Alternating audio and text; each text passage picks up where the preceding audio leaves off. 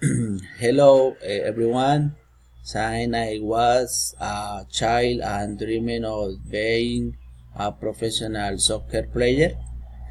First, because I love this sport, and secondly, because I wanted to travel all over to the world, doing what I like to do most in life, practicing this beautiful sport.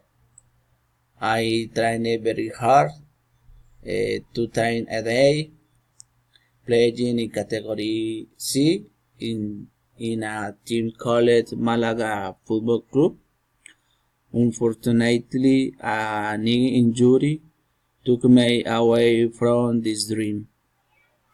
Now I play in neighborhood championships where I always remember my dream as a child, where I wanted to have the best job in the world. Uh, help my mother and my brothers.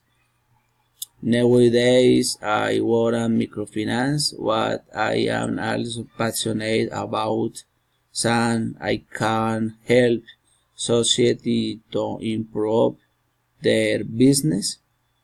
I can say that there are my two best jobs in the world. Thanks.